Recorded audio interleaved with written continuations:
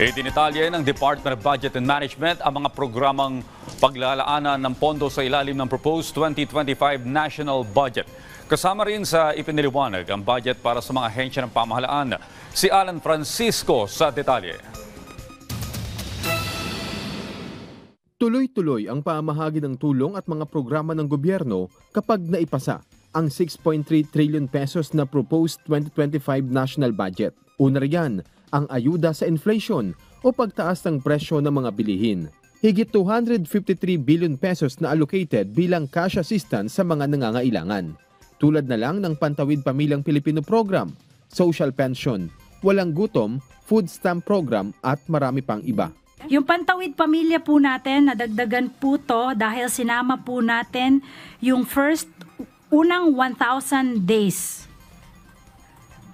Yan, unang 1,000 na araw or unang 2 taon. Yun po. Okay. Kaya nag-increase siya. Nariyan din ang medical assistance ng Department of Health, ang tupad program ng DOLE, fuel subsidy ng Transportation Department at ang fuel assistance ng Agriculture Department. Nakatanggap din ng DOLE ng higit 980 million pesos para sa Youth Employability Program nito. Lalo't nabanggit ni Pangulong Ferdinand R. Marcos Jr. sa kanyang naging ikatlong SONA ang pagpapaigting ng student at youth employability. First special program for employment of students, yung SPES po, with 828.9 million pesos at yung tinatawag po nating Job Start Program, JSP, with 155.2 million pesos. Nagkaroon po ito ng substantial na increase of 84% from last year's budget. Hindi naman matitigil ang mga flood control projects o mga programang makatutulong upang mabawasan ang pagbaha, hindi lang sa Metro Manila kundi sa buong bansa. Ngayon, yung 302 billion po mapupunta sa DPWH. And then meron din pong mapupunta sa na 2.173 billion sa Metro Manila MMDA. Development Authority. Yun po. And then merong maliit from OPAPRO. But these are for 10 million lang. Maliit lang. Oo.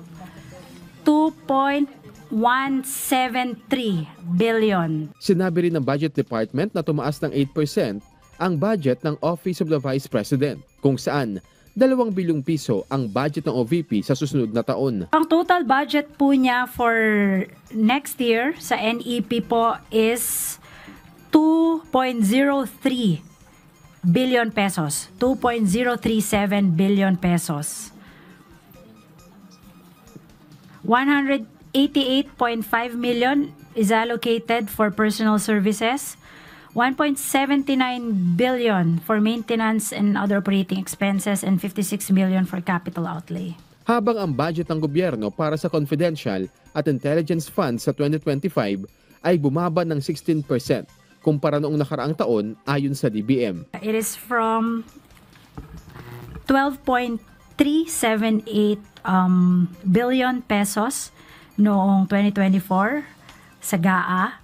And then now, yung proposal po namin, it's only 10 billion 286 million 0.91.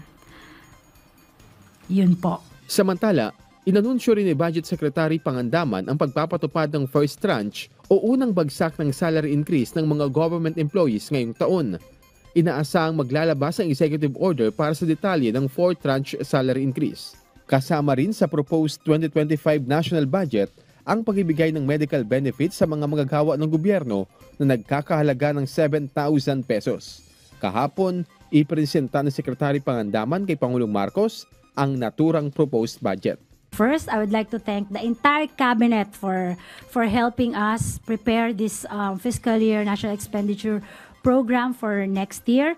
And we are all ready to defend our budget in Congress, both in House of Representatives and the Senate in the coming weeks.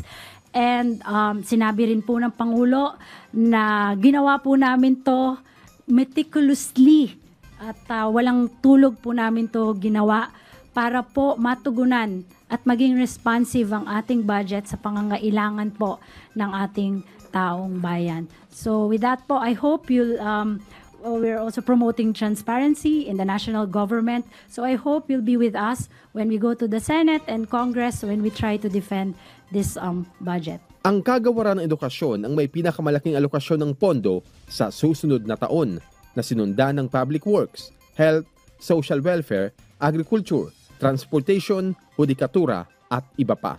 Alan Francisco para sa Pambansang TV sa Bagong Pilipinas.